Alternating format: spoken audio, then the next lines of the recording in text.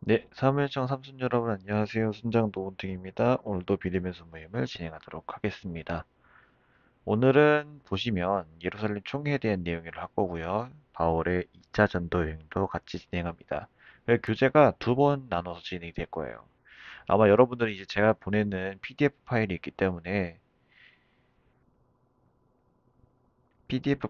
때문에 아마 여러분들 실감이 안 날 텐데 우리 새로운 삼성 같은 경우에는 새로운 뉴 교재가 진행이 됐다라는 거, 시즌2가 진행이 된다는 것만 알고 계시면 됩니다. 그래서 예루살렘 총회에 대한 내용 따로 진행하고 15전, 새로운 1차 전도 여행이 진행이 된다. 근데 본문은 다행히도 연결이 돼요. 여러분들이 알고 계시면 된다라는 걸 이야기를 할 겁니다. 자, 기도하겠습니다. 주님 감사합니다. 오늘도 비대면서 모임을 진행합니다. 하나님의 은혜로 오늘도 우리가 배우는 말씀을 통해서 하나님과 다시 한 번 더 통행할 수 있도록 도와주시옵소서. 이끌어질 것을 믿사하고 감사드리며 이분을 말씀 예수님의 이름으로 기도드립니다. 아멘. 자, 예루살렘 총회에 대한 내용인데 이 총회에서의 한 가지 안건이 떠오르게 됩니다. 바로 무엇이냐면 모세의 할례대로 할례를 받지 않으면 구원을 받을 수가 없다라는 거예요. 즉 이전에 율법을 통해서 우리가 진행했었다는 거 있잖아요. 즉 이 사람들은 결국에는 율법을 통해서의 구원을 말하는 거예요. 하지만 율법으로서의 구원은 이제 의미가 없습니다. 그리스도를 통한 구원이 오로지 행해야 된다라는 걸 우리는 알고 있어요. 그래서 바울과 두 사람과 그들 사이, 이 사람들 사이에서 적잖은 논쟁이 발생하게 됩니다. 그래서 안디옥 교회는 이걸 어떻게 하냐면 신도들 가운데서 몇 사람을 예루살렘 교로 올라가게 해서 사도들과 장로들을 찾아보게 했어요. 즉 논쟁이 일어나게 된다라는 거예요. 그러면서 이 논쟁을 통해서 이 논쟁 가운데 안에서도 하나님을 보고합니다. 하나님에 대한 내용을 전달하면서 전도도 쉬지 않고 진행해요.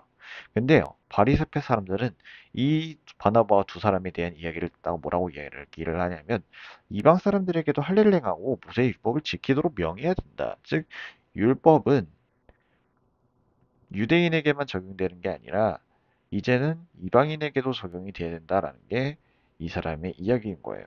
그래서 이 상도 이 이야기를 하게 되는데 베드로가 일어나서 이야기를 이렇게 정황하게 해요. 형제자매 여러분, 여러분들이 아시는 대로 하나님께서 일찍 여러분들 가운데서 나를 택하셔서 이방 사람들도 내가 전하는 복음의 말을 듣음을 듣고 믿게 하였습니다. 사람의 속을 아신다 하나님께서는 우리에게 주신 것과 같이 그들에게도 성령을 주셔서 인정해 주셨습니다. 그들의 마음을 보시고 깨끗하게 하시고 우리와 그들 사이에 아무런 차별을 두시지 않으셨습니다. 왜 여러분은 왜 우리 조상들이나 우리가 감당할 수 없는 명예를 제자들의 목에 메워서 하나님을 시험하는 것입니까? 주의 은혜로 구원을 얻고 그들도 마찬가지로 주 예수의 은혜로 구원을 얻는다고 믿습니다. 베드로의 내용을 간략하게 요약을 해보면 이거예요. 하나님께서는 율법을 통해서 율법을 없애셨는데 왜 여러분들께서는 하나님도 하시지 않는 이 일을 왜 다시 하시려고 하는 겁니까? 그리고 왜 제자들의 목에게 스스로 거누게 하시는 겁니까?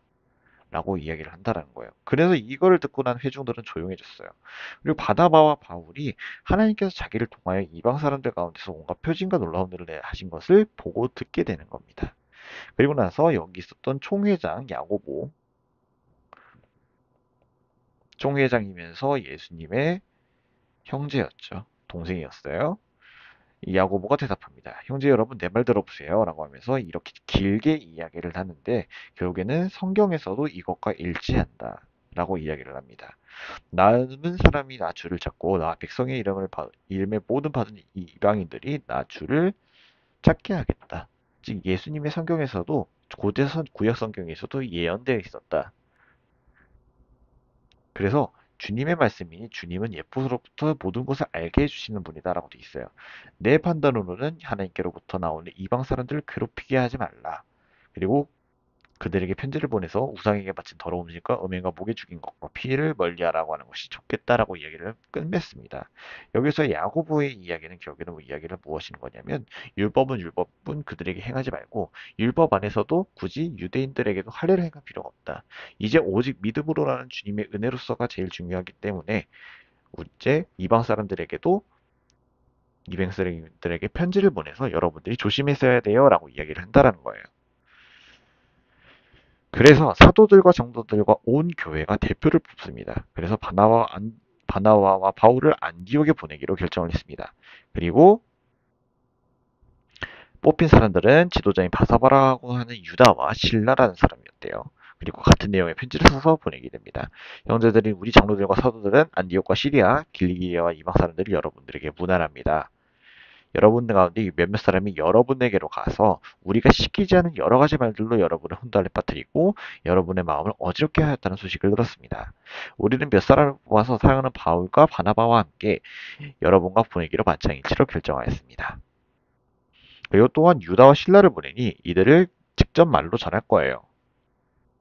그래서 제일 중요한 우상에 바친 제물과 피와 목매어 죽인 것과 음행을 멀리 하세요. 여러분들은 전송을 받고 안디옥으로 내려가서 온 회중을 모아 편지를 주었습니다. 즉, 이 편지에 대한 내용을 사울과 바나바는 전달했다는 거예요. 회중은 편지를 읽고 그 견면을 기쁘게 받아들였습니다. 유다와 신라는 어떤 사람이었냐면 역시 이들도 예언자였으며 선지자였어요. 그래서 여러 말로 신도를 격려하는 사람이었고요. 굳세게 하여 주었다는 거예요. 그리고 바울과 바나바는 안디옥에 머물면서 다른 사람과 함께 주님의 말씀을 가르치고 전했다라는 겁니다.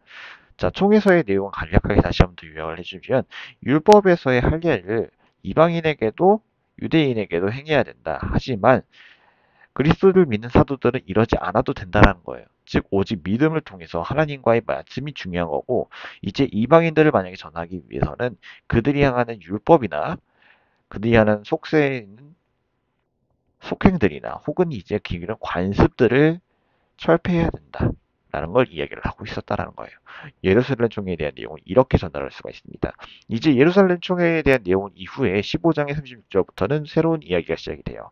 바울의 2차 전도 여행인 거예요. 그래서 며칠 뒤 바울이 바나바에게 말을 했어요. 전판 여러 도시들, 즉 이가 무엇이냐면 1차 전도 여행지에 가서 그들이 어떻게 지내고 있는지 살펴보기로 해요. 라고 했어요. 근데 여기서 문제가 하나 발생해야 합니다. 바로 마가라는 요한도 제어하기로 있었는데, 이전에 기억할지 모르겠어요. 여러분들 이제 23절에서 25절에 있는 내용을 통해서 23과에서 24과 5가 23, 24, 25. 이 세 과에서 제가 내용을 한번 이야기를 했었는데, 마가 요한에 대한 이야기였어요. 자, 여 밤빌리아에 있었던 지역에 가서 도망갔었던 그 사람이었는데 이 바나바라 마가는 서로 사촌지간이었어요. 그래서 이 마가라는 요한도 데리고 가려고 했었는데 바울은 반대했습니다. 자기들을 버리고 갔던 사람이기 때문이라는 거예요. 그리고 그 사람을 데리고 가는 것은 좋게 여기지 않았던 거예요. 왜? 나중에 가서 또 배신할까봐. 인간이라는 건 그런 거예요. 원래 당연한 거예요. 그렇기 때문에 어떻게든 의견이 좁혀지지가 않았어요. 그래서 심하게 다툰 끝에 서로 갈라졌습니다. 바나바는 마가를 데리고요. 배를 타고 키르키포스로 떠나갔어요. 바울은 신라라는 사람, 아까 15장에서 나왔던 신라를 데리고 주님으로부터 은혜가 함께하기를 바라는 인사를 받고서 길을 떠났어요. 그 사람은 시리아와 길리기리아를 돌아다니면서 위해서 모든 교회를 튼튼하게 여겼습니다. 여기서 이제 한 가지 알 수 있는 점은 무엇이냐면 바나바는 더 이상 나타나지 않아요. 어디에? 성경에. 하지만 그는 확실하게 알 수 있었던 것은 무엇이냐면 그는 복음을 전하는 유대인이었고 예수님을 전하는 올바른 믿는 사람이었어요. 그게 안타까워요, 저는. 이분도 충분히 전할 수 있는 복음이었을 거고 복음 전하는 사람이었을 텐데 이분에 대한 내용이 더 이상 기록이 되지 않았다는 것에서 저는 약간 좀 아쉽습니다. 여러분들도 아마 내용을 통해서 아실 수 있을 거라 생각합니다. 자, 이제 바울의 2차 전도 여행이 16장부터 본격적으로 시작이 됩니다. 바로 더베아 루스드라, 아까 이전에 있었던 여지역으로 진행이 가요. 근데 그 안에서에는 디모데라는 사람이 있었는데 이 사람은 어머니가 굉장히 신앙이 돈독한 유대인이었어요. 이름은 유니게입니다. 나중에 나오게 돼요. 유니게는 굉장히 돈독한 여자이고 아버지는 그리스 사람이서 즉 혼혈이었어요. 혼혈아였는데 이 사람은 굉장히 혼혈하였음에도 불구하고 호평받는 사람이었어요. 어디서? 루스드라와 이곳에 있는 신도들에게서도. 그리고 바울이 이 사람을 데리고 가기로만 했어요. 그리고 디모데도 마찬가지로 전도 여행에 참여하기로만 했고요. 그래서 바울은 그 지방에 있는 유대 사람들을 생각해서 가기 이전에 할례를 행하게 됩니다. 왜? 유대 사람들이 분명히 이야기를 할 거란 말이에요. 혼혈한데 아니 이 사람은 왜 할례를 행하지 않아요? 라고 믿음이 약한 사람들을 위해서 본보기로 할례를 행한 것뿐입니다. 그러면서 바울은 여러 도시를 돌아다니면서 예루살렘에 있는 사도들과 정한 규정들을 사람들에게 전해주어 지키게 했고요. 그리고 나서 믿음 점점 더 커져 나갔어요. 아시아에서 말씀을 전하는 것을 성령을 막으셨어요. 원래 여기서 아시아라는 지역은 바로 이 위쪽에 있는 지역을 말하는 거예요. 즉 여기 있는 지역을 말하는 건데 이 지역으로 가지를 못했습니다. 아시아에서 가고 싶었으나 성령께서 막으셨고요. 그들은 부르길라와 갈라디아, 이쪽이구나. 미안합니다. 이쪽으로 가기를 지방을 거쳐서 이쪽으로 거쳐서 무시아에 가기 시작했고요. 비두기안으로 들어가려 했으나 예수의 영이 막았어요. 그리고 무시아를 지나서 드로아로 갑니다. 바울이 환상을 보는데 마게도니아 사람이 나타나서 바울의 앞에서 마케도니아로 와서 우리를 도와주세요라고 이야기를 한다는 거예요. 그리고 바울은 그 환상을 보게 마게도니아로 건너갑니다. 마게도니아에서 복음 전하기 위해서 하나님께서 우리를 부르신 것이라 확신하셨기 때문이다라고 해서 이렇게 1차 전도의 중간 첫 번째 여행이 끝나게 됩니다. 자, 전도 여행을 다시 한번 더 볼게요. 수리아 안디옥 출발지예요. 루스드라 더베 교회가 있었던 곳이죠. 여기를 갔었는데 원래 이쪽으로 나가기 소망했었어요. 하지만 성령께서 막으셨어요. 그리고 무시아로 가지만 무시아에서 비두니아로 가려고 했었으나 이쪽도 하나님께서 막으셨어요. 이 상황에서 환상을 보게 되는데 바로 마게도니아 가게 되라 가라고 말씀을 하십니다. 그래서 바로 이쪽으로 들어갔다가 이쪽으로 아예 들어갑니다. 그 안에서 여기를 들어갔다가 여기를 갔다가 여기를 막 돌아다녔다가 다시 갱그레아에서 다시 수리아 안디옥으로 돌아오는 여정을 진행하게 된다는 거예요. 자, 다시 한번 더 볼게요. 자, 빌립보에서 갱그레아까지 가는 여행인 건데 에게의 서편에 있는 서평에 있는 지역이에요. 자, 빌립보, 데살로니가, 베레아, 즉 여기 있는 지역들은 모두 마게도니아 지방이에요. 자, 아덴, 고린도, 갱그레아 여기 세 지역은 바로 아가야 지방입니다. 그리고 갱그라야에서의 일정을 마친 후 에베소 들렸다가 예루살렘 들렸다가 수리아 안디옥으로 귀환하는 일정이다라는 것을 우리는 알 수 있어요. 자, 이 지역을 통해서 우리는 알 수 있는 것은 무엇이냐면 첫 번째 26과에서는 우리가 하나님의 백성이 되면 할례를 외부에서 행하는 것이 아니라 우리의 마음에서 행해야 된다고 이야기를 해요.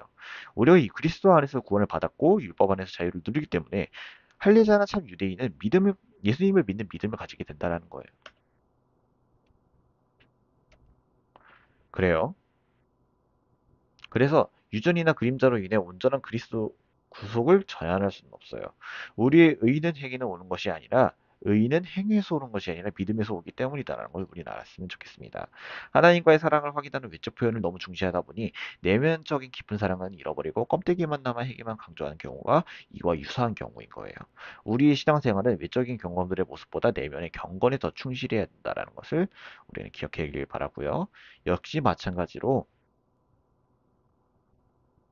이제 바나바와 바울은 마가로 인해 서로 다투고 따로 사역을 해요. 더 이상 기록이 나타나진 않지만 경건하고 신앙적으로 훌륭한 사람이었어요. 그렇기 때문에 바나바가 지대한 역할을 한 건 맞다라는 거예요. 성경의 기록이 나타나지 않았을 뿐인 거지 남은 인생은 주의 복음을 전파하는데 헌신되었다라는 겁니다. 자, 그리고 이 사람이 가고 나니까 새로운 사람이 누가 와요? 디모데를 제자로 얻게 된다라는 거예요. 디모데는 훌륭한 사람이었고 이 사람을 키우기 위해 한다는 거예요. 사역지에서 지도를 훈련시킨 바울을 통해 디모데는 하나님 나라의 중요한 인물로 자라게 됩니다. 더 많은 하나님의 일을 감당하기 위해서는 역량 있는 리더들이 계속해서 양육되어야 된다는 것을 우리도 마찬가지입니다. 우리도 여러분들이 이제 순원에서 이제 성장을 리더로서 나아가야 된다고 저는 생각을 해요. 여러분들이 언제까지나 순원에서 머무를 수는 없다고 생각합니다. 제가 떠날 수도 있는 거고요. 제가 이후에 여러분들을 위한 따로 순장들이 여러분들을 케어할 거라고 저는 생각을 합니다.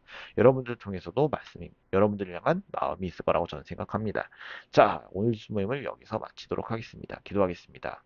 주님 감사합니다. 사랑하는 주만하신 하나님의 은혜로 오늘도 이렇게 수모임을 마칩니다. 주님의 말씀을 통해서 다시 한번 더 주님이 이끌 수 있도록 도와주셨고 하나님의 애로 더 우리가 다시 한번 더 나아갈 수 있는 우리가 귀한 삼순순원들이 될 수 있도록 도와주시옵소서. 감사드립니다. 예수님의 이름으로 기도드립니다. 아멘. 여러분 안녕.